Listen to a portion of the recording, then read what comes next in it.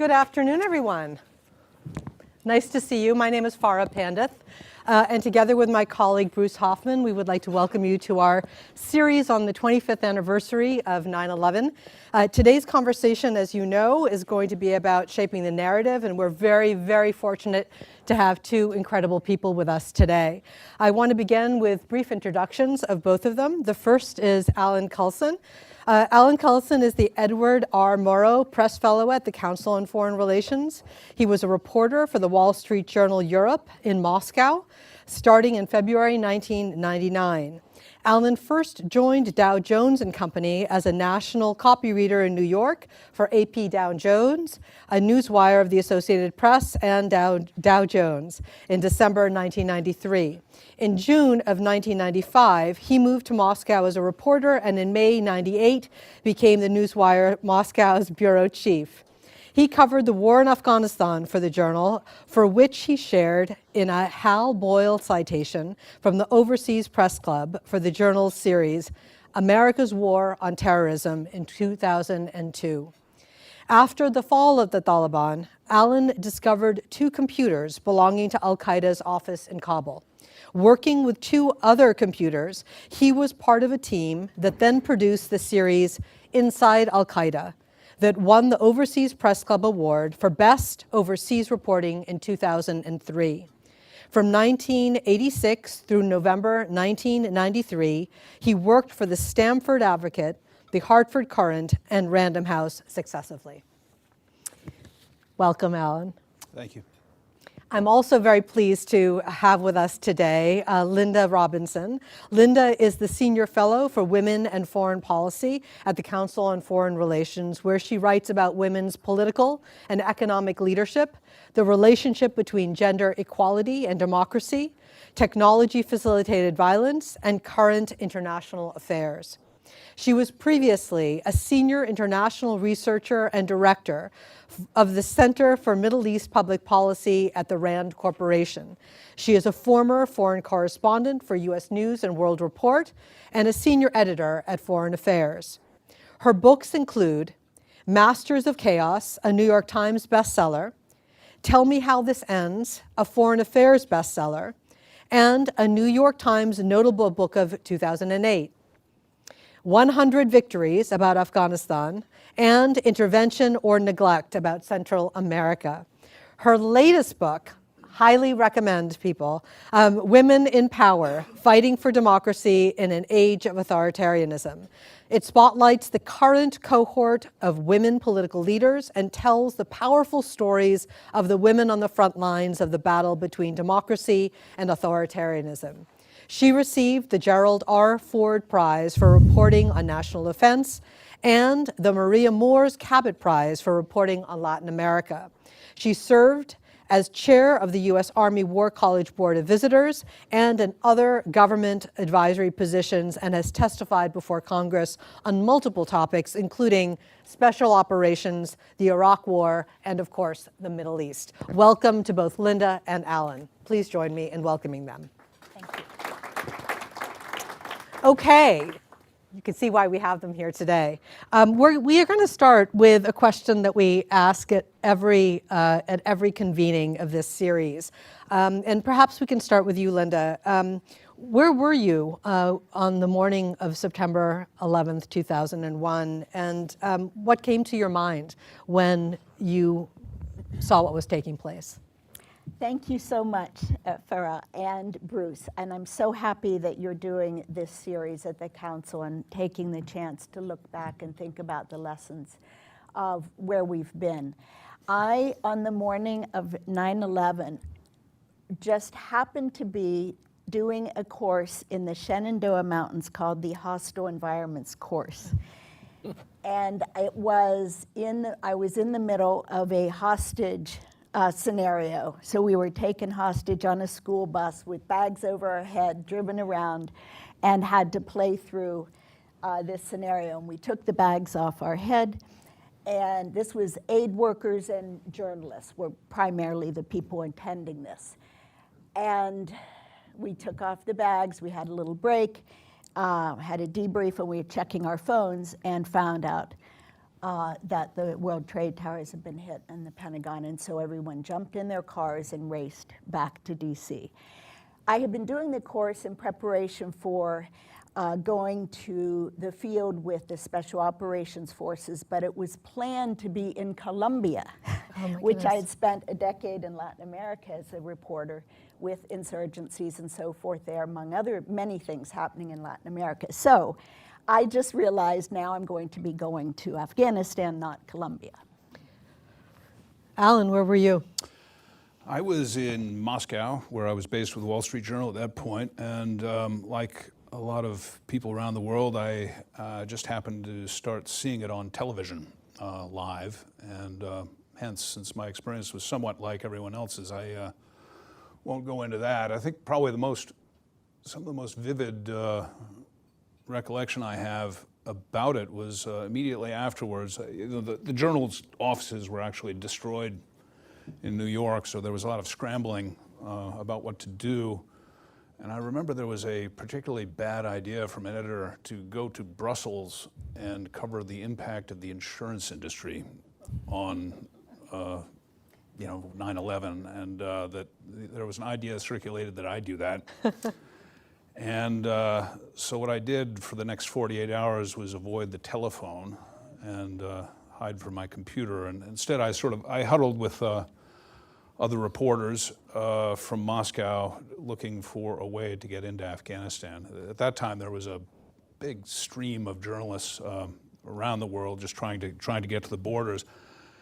You could go to Pakistan, you could go to Uzbekistan or Tajikistan. One of my colleagues went to Uzbekistan. Steve Levine and Danny Pearl went to Pakistan, and I ended up going to Tajikistan, which fortunately had a more porous border than a lot of places.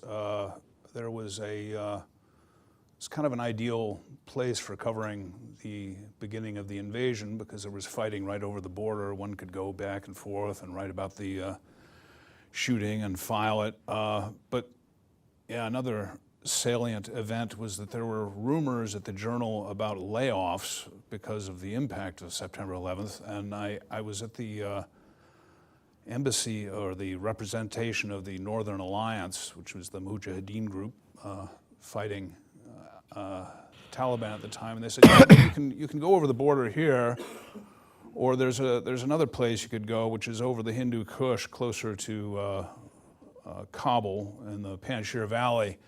But if you go over there, after you cross the Kush, there's a very good chance it's going to snow and you'll not get out. And so that's where I decided to go. It was the safest place to go in light of the layoffs. And sure enough, it snowed, and I got stuck there and was covering the war when the front broke. I like to characterize it as journalistic genius that I was there, but as you can hear, I had some ulterior motives. Before we turn to Bruce, I just wanted to follow up on you came back to Washington. Which part of the war were you going to then cover? I mean, and did you travel to Afghanistan? You said you were not going to go to Central America, but you were going to go. Yes, well, and I'd actually spent the previous year between Latin America as a Nieman Fellow at Harvard, and I spent most of the time, the Special Forces had said, if you read everything on this bibliography and come back to us, we'll consider you coming out in the field with us. I actually knew a lot about Colombia, so I knew there was going to be, they also would benefit from my knowledge of Colombia. I'd been out with the FARC, I'd been with the Colombian military and so forth. So they were preparing for me to go there. And so my editor, Brian Duffy, said, your mission is to get with the SOF wherever they are, however you can. And that would be true then also of Iraq. And so I really had gone into this with the idea of understanding Latin America, which I think is still an important region. But it wound up being my next 20 years was really doing the soft beat, if you will. But I was assigned to go there, and my flight in was through Pakistan on a UN flight I sat next to a midwife, and she was schooling me on everything I would need to learn about navigating the very complex Afghan society, which we can talk about more. Terrific. Thank you so much. So moving ahead, what were your respective impressions during the first months of the war on terrorism as you were covering it? Did they conform to any prior expectations you have? And also, what do you think was missing in the reporting during that critical period? Is that me first? Well, I mean, I think I had a somewhat unusual view of it because being stuck in the Panjshir Valley, I was watching the B-52 strikes come in and pulverize the Taliban positions. And it looked like a very, very, of course, strong response and satisfying on an emotional level. And I guess in retrospect, I worry that a lot of what we wanted at the time was revenge, and it certainly satisfied me. I think that what unfolded afterwards, when it came to the coverage, was I think it's in order to understand what worried me about it, I guess I'd have to characterize the way bring us back to the way we used to cover wars, and that was really to be on the ground along with a lot of the people engaged in them. I mean, when I was in Russia, I covered the war in Chechnya by speaking to Chechens, and in Afghanistan, I was living with the Mujahideen. I think that the early parts of the war were actually some of the most interesting because that was before journalists really got separated from the people that they were covering, and gradually that distance, the reporting became more formalized, and I think more distant and less interesting. You were with the Northern Alliance as they stormed across the country, right? And what's your salient memory from that period? Well, of course, it was getting the hard drives. There was a race quickly transpired between the New York Times and me on getting any information you could out of Al-Qaeda houses in Kabul. We had arrived in Kabul before U.S. forces, and so what they did was they went after documents and were quickly putting together documents from, stories based on the documents that they found in files there. I had had a bit of a mishap going over the Hindu Kush. The truck that I was riding in lost its brakes and rolled, and my laptop computer was destroyed. So I happened to know quite a few computer people in Kabul. There weren't any computers for the most part in Afghanistan because there was no electricity. But anyone who owned a computer tended to be rather interesting. They tended to be, frankly, from Al-Qaeda. So I contacted a lot of looters and had them bring in whatever loot they had. And the 2 drives that I got, one of them ended up belonging essentially to Ayman Zawahiri. Wow.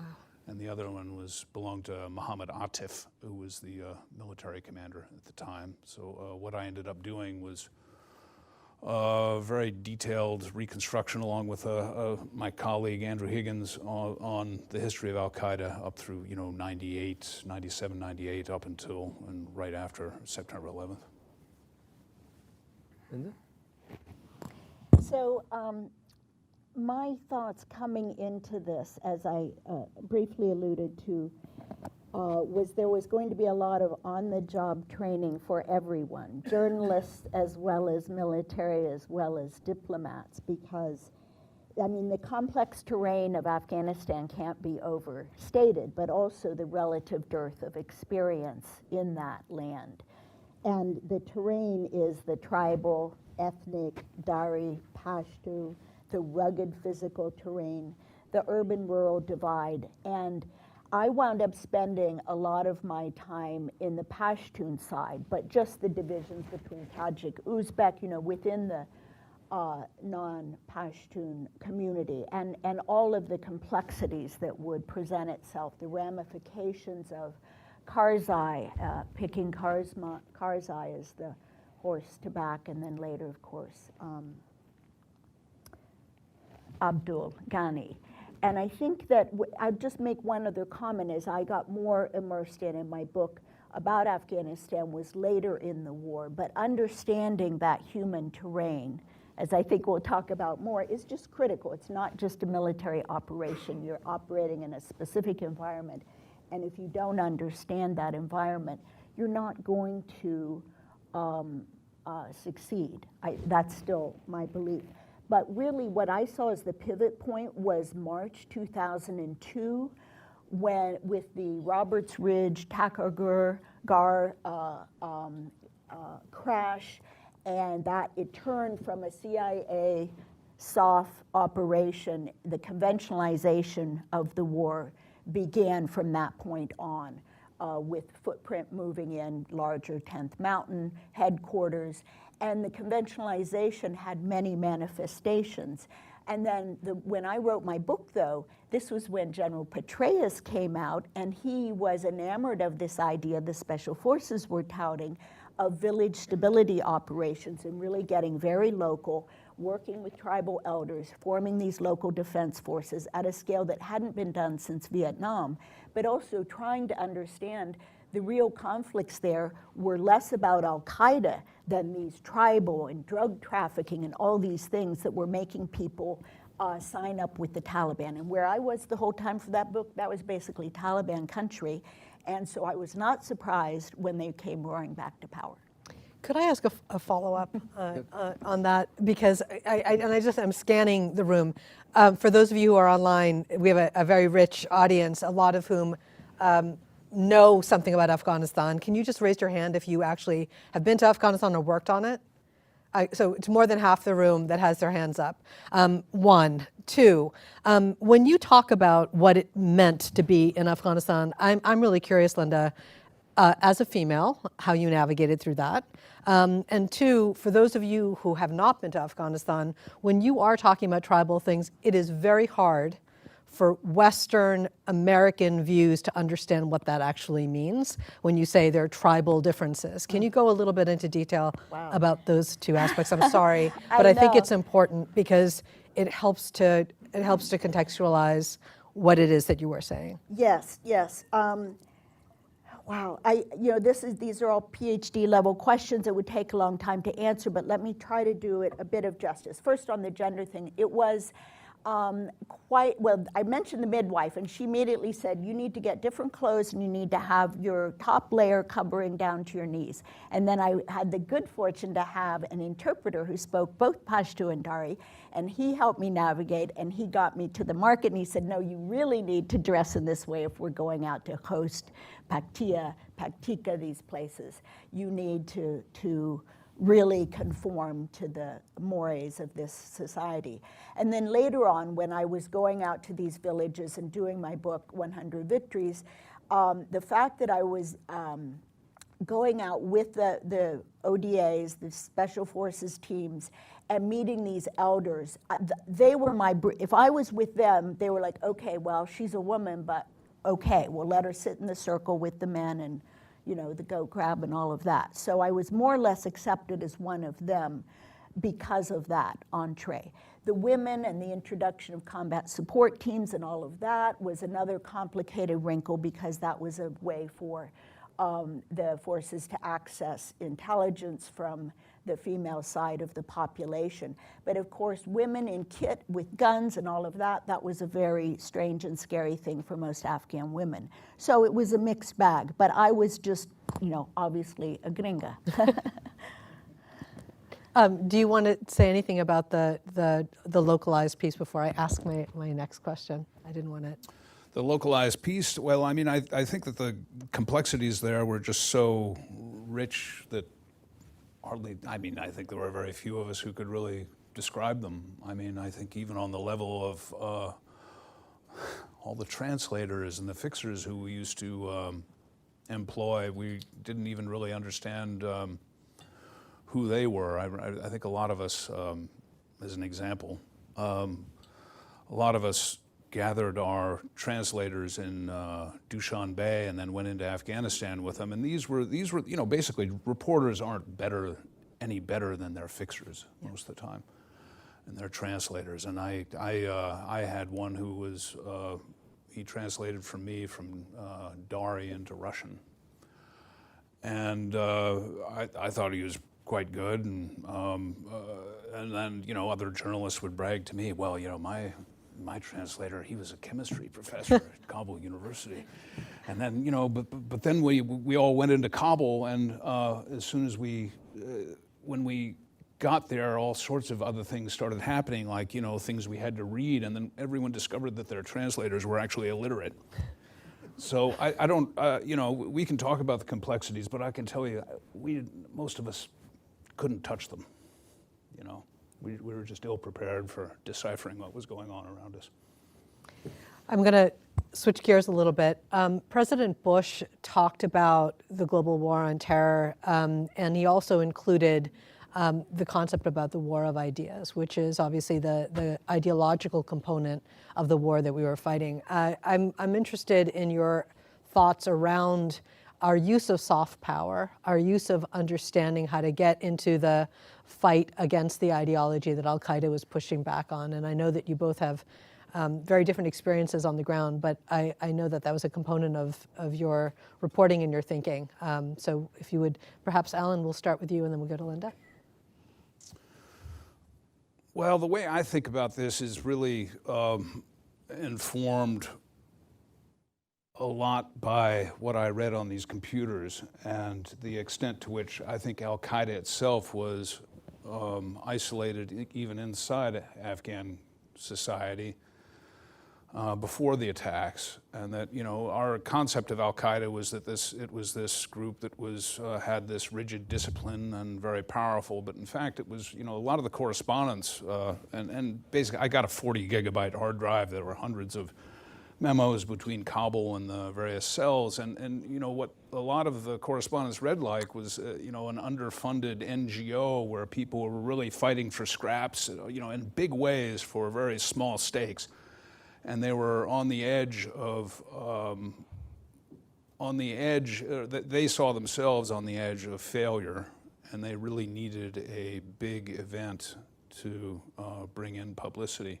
And the extent to which we actually allowed ourselves to become, turn this into a war that was engaged a lot of the Afghan people, I guess is probably my biggest regret, because I don't think that Al-Qaeda itself really had a lot of traction with a lot of Afghans at the time. The relations with the Taliban were pretty strained, and if anything, quite a few of the actions, for instance, the missile strikes on Khost after the attack on the Cole, that solidified the relationship between bin Laden and Mullah Omar. So the Great War of Ideas, I don't know that, because a lot of the people I was dealing with were illiterate, I don't know if they were really privy to the ideas that we were discussing, and that they were really even part of the conversation.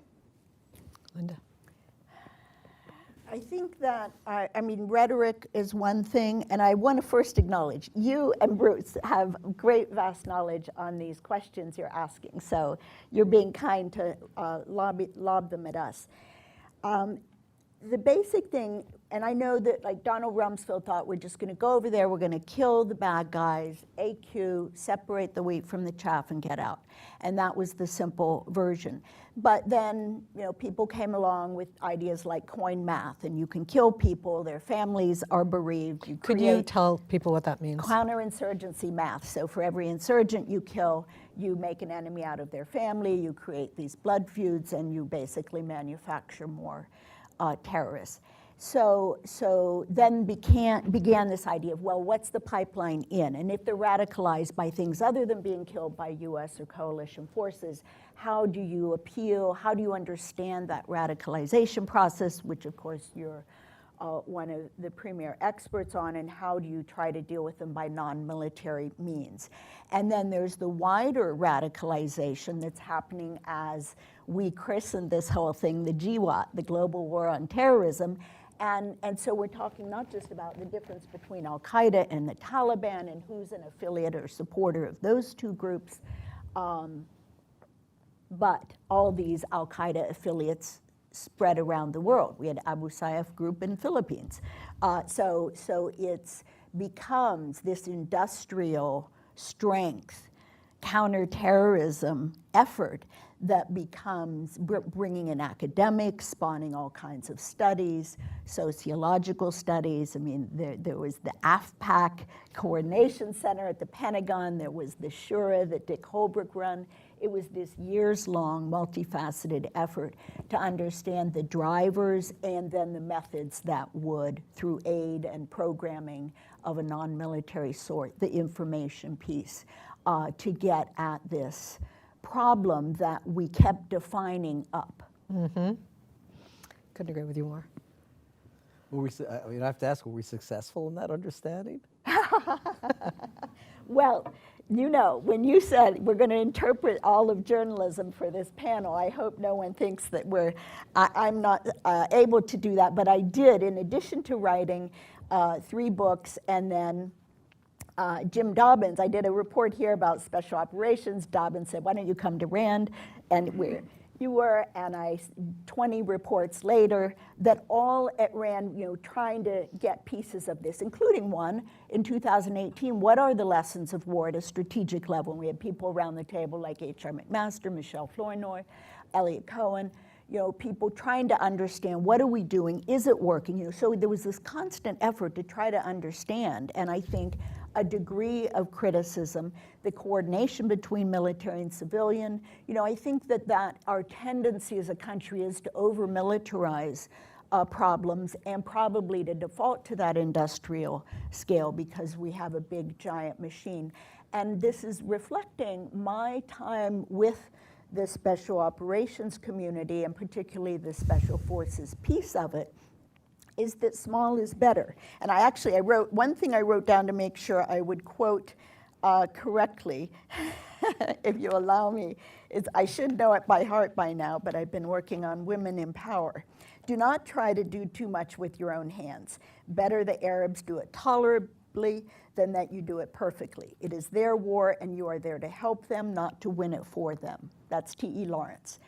And that's really the philosophy the SF goes by, and really the small scale that injects at a local level and trying to get them ready to fight and win their own wars. And I think we, at our peril, ignore that approach. That's great. You know, it's so reminiscent of Vietnam as well, because of course in the early years in Vietnam, SOF was under the CIA, and then it went to MACV and was under Big Army and became conventional. But the big question we've asked everyone the past 7 months that's elicited lots of interesting responses. So I'm going to put that to both of you. Start with Alan and then come to Linda. If bin Laden were alive today, what would he think? Would he think that 9/11 was this grievous miscalculation? Or would he look at the way the world's unfolded and the status of the United States in the world today and think that al-Qaeda had actually succeeded? Well, I think he would have misgivings about how some things unfolded. I think that the initial response in Afghanistan was far larger than he expected, but no, I'm afraid that by and large, it was a successful strategy. It was an organization that was on its last legs prior to this. At least that's the way they characterized it. You could see that in the correspondence on the hard drives, that they were fighting among themselves, and then gradually, I think it was in 2000, early 2001, you started seeing reference to something called the Big Job. The Big Job was going to bring them all together and you know, help bring them some advertising. I think that yeah, in particular there was a letter from bin Laden to Mullah Omar after the U.S. started bombing, basically saying, you know, yeah, this looks bad right now. They're hitting us hard, but just keep in mind the long-term strategy here. You know, they're going to come into Afghanistan and they're going to have a protracted war, and at some point they're going to have to withdraw, and they'll be like the Soviet Union. It'll be collapse and bankruptcy. I don't think that, you know, it really worked out that well for him in Afghanistan, at least while he was alive. But you know, I believe that whatever he was dissatisfied with in Iraq, that it was actually a prize for him. I mean, I think overreaction is something that everyone here has discussed, and the effect that it's had on our government is something we've gone over a lot. I mean, I personally, as a journalist, am also concerned about what it did to journalism and what it did to us as a society. I mean, to go back to what we used to be, I mean, we used to cover conflicts on the ground. I mean, when I was in Afghanistan, I covered an area on foot, in the car, from Badakhshan down to the red deserts in the south. And gradually, the terrorists changed that themselves by killing journalists. I mean, they killed my colleague Danny Pearl when I was working with him. And everything gradually became more inaccessible. There were a lot of humanitarian reasons that journalists started distancing themselves from the subjects. They started doing hostile environment courses, they put on body armor, they embedded, and this was safe and this was great. This was more humane, fewer of us got killed, but we also became more distant from everything, and everything became more formalized. And so I think that's also I don't know if it's not, to my mind, something that specifically Al-Qaeda wrote about. This is what we're going to do to journalists, but I think that we followed our own role, our own part of his script for Western society, and I think it's been quite damaging. Yes, really powerful. Linda? I do think that many groups learned from Al-Qaeda, and I think we haven't brought up Iraq. I know we've got a half hour with all the experts in the room to talk about, but that, development of an industrial scale landholding caliphate called the Islamic State did benefit, I think, from some of their tactics, and more broadly, I think the U.S. has a very hard time with, as I alluded before, but it's understanding how adversaries fight and win, and it's not brute force, it's not sheer military power, it's all the other elements of power, and that is something that we see today with Iran and how it's getting a leg up on the current conflict. And I think this is very important for us, to try to understand what we're missing. And that is not to say we didn't spend years on this, and I've spilled a good bit of ink on this too, and it's gone by different names. Hybrid warfare, regular warfare, political warfare was George Kennan's term. It's been around, but I think we haven't taken it seriously enough to understand how you can use, and it's not just new military technologies, but it's new ways of exploiting vulnerabilities, and using unconventional means to gain advantage. And you exhaust a population where we really tired of forever wars, the amount of money, the amount of losses, and we didn't really get the victories, I think, that we sought. So that means the other side got more. You both mentioned Iraq, so let me ask specifically, I mean, did that doom us, did that doom the war on terror? I mean, was that the undoing? Or, as you're suggesting, Linda, it was a lot more complex, that we just didn't have an overall understanding of this particular form of conflict? We certainly went there under false pretenses. There's no question about that, and it was, in terms of a shift to manpower, attention, and resources, absolutely. And then we embarked on a new puzzle, trying to understand Iraq and trying to understand what it would take to put Humpty Dumpty back together. And Colin Powell, had it right. You break it, you own it. And that's the one thing about the military. If you give the military a mission, they're going to keep trying to solve it. And it's up to the civilians to say, no, we're done. Or say, we're not going to even go down that route to begin with. I think in this case, though, it's hard to say ISIS would never have come about. It's hard to say these other groups that became part of this global network with some tenuous connections. I mean, I really think this is where I would say academia kind of bought into the GWAT rather than being more critical about, do we really need to be out there with Abu Sayyaf? Although, again, there was a very targeted approach to that led to an accord in Mindanao, led to some good things. So again, I think being modest and humble about what can be achieved. In the case like Afghanistan, societies change at the pace of generations, and we just have to get that through our heads. Did you say humble? Sorry, did you use that word? I know, American and humble is Yeah. a contradiction, isn't it? Alan?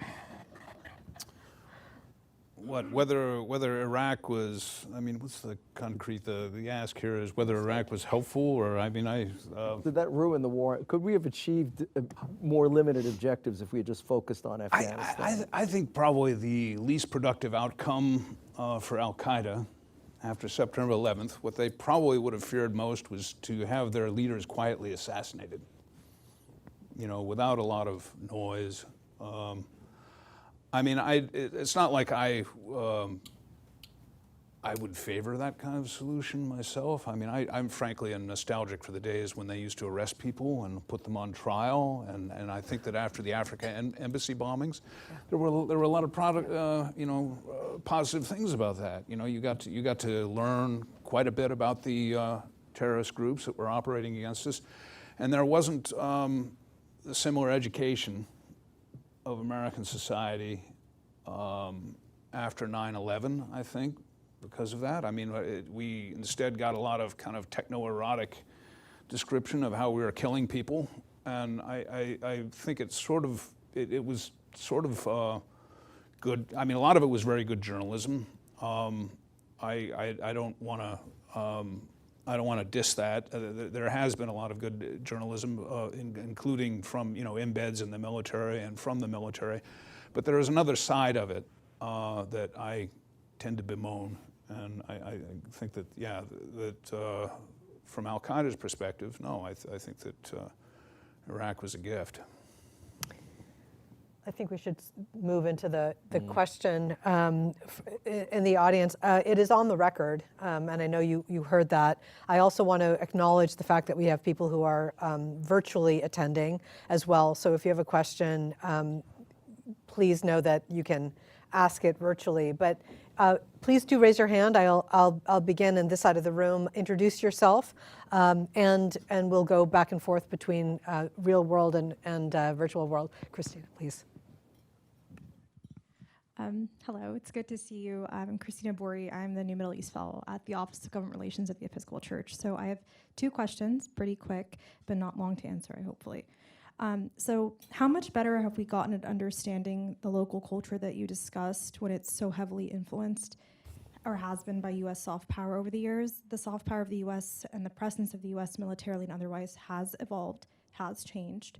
So I wonder, even when you have leaders like the King of Jordan who struggle navigating their own tribal systems, and even in the UAE, how do we even come in and do that when their own leaders have struggled with that for years? My other question is on the integrity of journalism, specifically local journalists over wars for many, many years in the Middle East. There's been attacks on journalists for many, many years, and I think more recently with the conflicts. So, they're a very important source of on-the-ground information. So how do we work to rebuild that after a lot of destruction? Because it does affect how we get information as well. Thank you.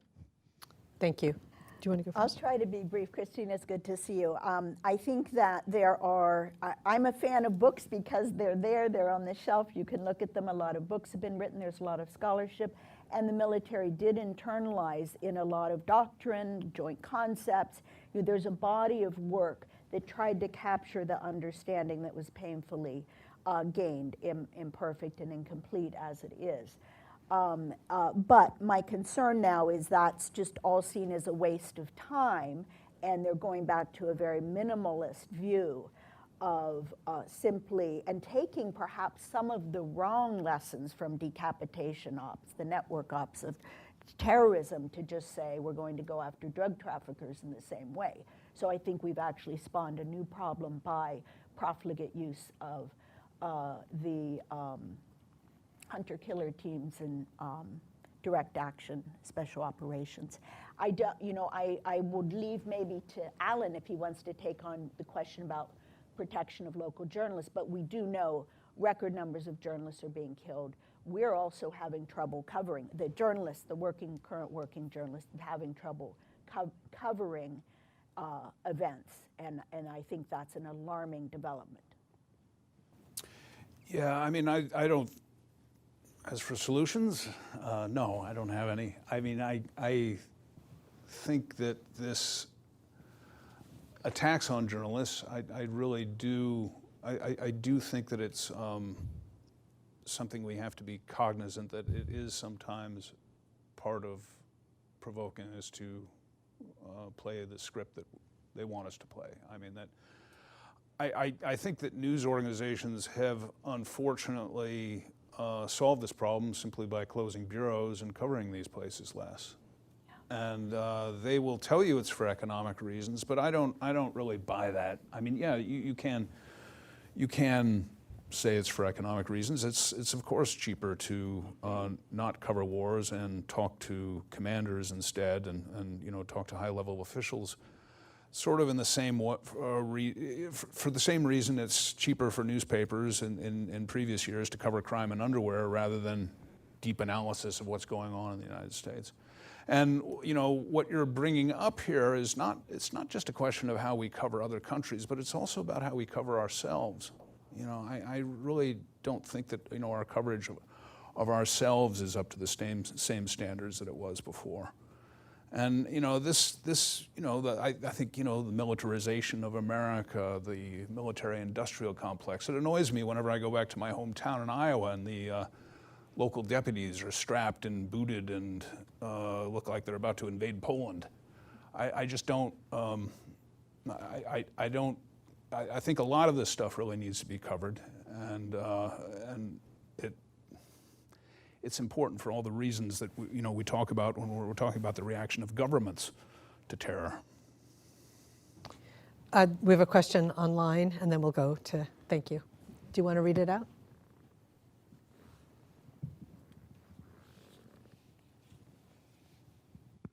Hi, all. Thanks very much for your time today. Brian Monjo, CFO at the defense tech firm CAV, and maybe pertinent to this conversation was an enlisted Green Beret who actually was in southern Afghanistan in 2017.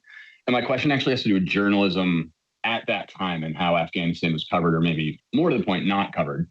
Some would argue, I think it's been hit on today, that the lack of coverage maybe allowed us to operate a little bit more in the shadows. Maybe there's something good to that. The flip side argument would be it allowed a stasis to occur where nobody in Washington actually seemed interested in solving the problem at that point. So just be interested how you think about journalism in those sort of shadow war timeframes and how conflict should or shouldn't be covered in terms of what that means for trade-offs, both for journalists and national security as a whole, whether that helps promote decision-making or whether it actually allows a stasis to nowhere. Great question. Thank you. Who wants to begin? I'll take it first if you want. I mean, I think I've, you can probably guess where I'm coming from, that I think it does make us safer to have information coming from the ground. I mean, I had mentioned that early in the war, I was able to cover the country from Badakhshan and the red deserts, but as things got more dangerous and more formalized in Afghanistan, I saw that world shrink down to where you could only travel to the north. Pretty soon you couldn't travel anywhere except Kabul or maybe by helicopter, and then by the end, I mean, I was there when Kabul fell. It was basically a safe room in a guarded house behind some HESCO barriers. And to really proffer anything of much use to society is pretty difficult under those circumstances. And what happens when you don't offer this type of reporting? I would say from the ground is that it's replaced by something else, and it's replaced by essentially access journalism. Mm-hmm. And I was an access journalist too. I mean, I'm not knocking it. I mean, you do what you can, based in Washington, but you become soon a purveyor of what we are trying to do and our strategies, and basically we're narrating ourselves. And because I'm covered, I was based in Russia on and off for about 20 years. I mean, I had seen a society which was insular and writing about itself, and gradually it buys its own baloney. it starts to believe that it can invade a neighboring country very easily, and it's just going to be a special operation. It'll all be over, and soon you have the greatest war in Europe. I think we're exposed to all sorts of dangers by this. Yeah. And I would consider it a national security issue myself, but I'm a journalist, so. I think it's a national security risk, but it's also a risk to democracy, because if you don't have informed citizens, how are they going to decide what to vote and what policies to support?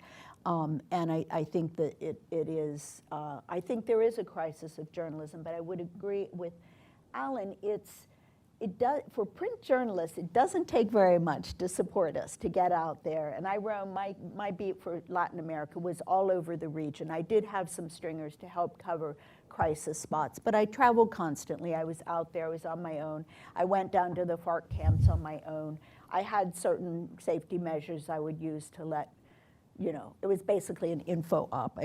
I got the president's office to send a letter saying, we expect her to come back out, this kind of thing. This is the Colombian president. I didn't involve the US government in any of that. But I think that it's important that journalists still strive to do real journalism, which has to happen in the country, period. You have to try to understand the country. You have to talk to the people 360, not just the high level people. When my first story was about Nicaragua and why the Sandinistas were voted out, and I traveled from end to end of the country, and I heard what people were saying, and the Carter Center was down there watching the vote, and it was a fair vote, and they got booted out. So we don't understand, but I was one of 2 reporters reporting that, so you've got to do the shoe leather.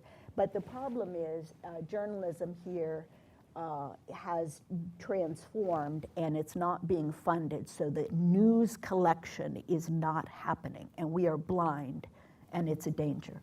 It's really. Actually, there's something I kind of want to add to that. And having not worked in government, I can't really attest to whether my suspicions are true, but having worked in Moscow, I was sometimes surprised at how little the U.S. Embassy knew about what was going on in Russia, partly because I think the staff was limited as to where it was where it could go. I didn't really deal with the U.S. Embassy after a while because they were just not useful as an information source. And in Kabul, they seemed weirdly not in touch with the fact that the country was about to fall apart. I mean, I would contact them and but this might have just been sort of a dysfunction with some of the people I were dealing with. But they were inviting me to embassy receptions that were going to happen in the fall, which of course Kabul fell before then. And I went there because one of my colleagues said, "Oh, you've got to come here quickly. The country's melting like butter." And I do think that local journalism, journalism on the ground has been informative to our embassies and to our government in the past. And I do think that it filled a role that people don't really even talk about on that level, partly because I think the national security state likes to, identify itself as doing a lot of efficient work and getting all the, the best information before journalists do. And in fact, we're in the same business. And I do think that we have been very good at it in the past and have been, I don't want to say an ally because that's not what we're supposed to be, but I think we've been extremely useful. Get a question here.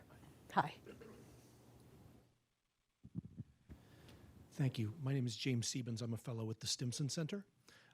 So my question has to do with exactly this area where the government may at times impede on the work of journalists. And so I wanted to ask for your reflections about maybe differences or continuity with the treatment of journalists like James Risen during the global war on terror and the way that we see now the team from the New York Times, for example, being threatened with indictments and that sort of thing. Have we seen significant differences in the way that the government has approached the challenge of restricting public access to information by putting pressure on journalists over time? in these last few decades as a consequence or as informed by the experiences of the global war on terror? Well, when it comes to covering this administration, I've got precious little experience, partly because the experience was so hostile when I was dealing with them. I mean, I was covering the State Department when they appointed a new spokesperson who used to, we used to have briefings maybe twice a week where we would have conversations, and then, I don't know, they appointed someone who was just outright hostile most of the time, and there really wasn't much point in having a conversation. Gradually, all the journalists just sort of dispersed. At least that was my experience. Maybe they found other inroads. I don't know if that, I don't want to attribute too much of what's going on to the adverse effects of the Great War on Terror, that the dysfunctions and the hostility is due to that relationship. I don't know. I mean, I do have complaints about the general movement of things, but whether that's to blame for what's happening now, I couldn't say. Linda, did you want to comment on? Just briefly, I mean, we were contrasting kind of the old days and now, and it certainly, in my experience, the best ambassadors would routinely invite the journalist in, for an exchange. It wouldn't be just one-way briefing. They were getting as much out of it as we were getting, and it was, I think, just this general idea that there was an attempt with different missions to inform the public, to inform government policy. They were all trying to understand the place we're in and the problem that whatever is being considered important to U.S. readership, U.S. government. And that's really gone, the level of hostility and worse. So you mentioned some of the egregious examples in the suits and the expulsion of the press, the professional press, real journalists from the Pentagon, and we don't know what's going on. You get more information out of AIS, watching ship traffic, all the remote means that we have to report on things than you're getting. We have soldiers dying and no one knows about it, and no information on the bases being damaged. And we have Congress not doing its job in demanding that information, which should be part of this whole circle of excavating what's going on to inform the American public. So I could not be more critical about the attacks on the US press, and it is damaging our democracy. We have a question online. Just give us a second. We'll take the next question from Rafi Gregorian. Hello, thank you very much. I'm Rafi Gregorian, former State Department, former NATO, former UN CT official. I also have two brothers who are journalists, and I'm really curious to know the degree to which the transformation of journalism through social media affected how you covered the war on terrorism, because they kind of track nicely over the course of 20 years, the transformation of journalism by social media, but also the war on terrorism. Thanks. It's a great question. Thank you. Either one of you want to jump in? Well, I think social media has, of course, transformed terror in interesting ways. I mean, I think that it has been impressive, or it was impressive, how they sufficiently broke up cells so that it really wasn't possible for terror groups to do any serious complex operations because they couldn't sustain cells. And of course, social media made it possible to do a lot of lone wolf recruitment. But I would say social media, I mean, it has kind of reinforced some of the tendencies that I'm complaining about, and that I repeatedly bring up even when people don't ask them, about kind of the laziness of corporations and not deploying journalists in certain places that they feel like they can do it remotely. I think that the social media has been, the social media question for me has been more interesting, at least on the terror side, and what it means for the groups themselves and their ability to recruit. Linda? I have to confess, I am really very little on social media. I know it's impactful, and someone other than me can really, I think, expound on its impact on journalism. But I think other than a source, a ready way to access information sources that I believe to be well-grounded for various means. I mean, I think this is where it has to be, each person has to consume their media in a responsible way and rely on sources and know what's opinion, what's fact, what's absolute, bunk. And the problem is it's getting all mixed up, and it's very hard. It's contaminating the real information environment, and that may make me a curmudgeon, and I'm fine to own that. But I think that it's safest if everyone takes responsibility for seeking out reliable sources. But it's another thing that I think is undercutting attempts by journalists to do their job. But everybody, and daily reporters, people that are working media, have to be out there. I mean, we all use it to try to promote our work. But I think it's a dangerous place these days, especially when, and it's not about content moderation, another thing I have a lot of views on. It's really about product safety and what kind of platforms are out there with the right standards. We're going to take one more from the room, and then we're going to close it down. Please introduce yourself. Many thanks to all four of you. I'm Jordan McGillis with the Economic Innovation Group, and I'm also a Novak Journalism Fellow at the Fund for American Studies. Alan, when you were embedded with the Northern Alliance, how did you stay in touch with your editors and file stories? What I had what was would be considered now to be a very primitive sat phone that you unfurled, and there were two satellites, one over the Indian Ocean and then one over, I think, North Central Asia. And I was living in a mud hut. I'm tempted to go into the toilet in the mud hut, but I won't. But yeah, you would have to direct it over the South Asian satellite and wait for a tone. And once the tone was right, then you had enough juice for a transmission.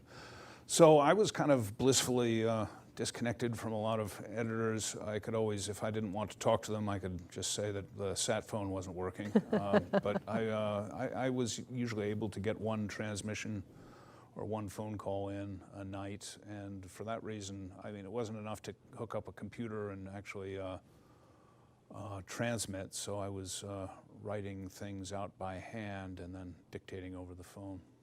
And that was, but that was the way most... What year was that? That was '01, the autumn of '01. And there were... human on the other side listening to you as you dictated? Yes, that was another refreshing thing. Yeah, that was in the village of Jabal Sarraj in the Panjshir Valley. There was one group that did have infrastructure was CNN, and I think maybe there were 20, 30 journalists there, and the Afghans had this notion that CNN actually ran the United States. And every day before you went out on a mission to sort of look at the lines, you would have to go to a house near CNN, or there was a representative of the Mujahideen there, and you would get a handwritten piece of paper that said, yes, this journalist can walk, drive around these areas. And our fixers were under the impression that we went to CNN to get permission, what we were doing, so. Okay, we've got 2 minutes left, so let me pitch you the biggest softball question imaginable. Are we safer today than we were on September 10th, 2001? Linda and then Alan.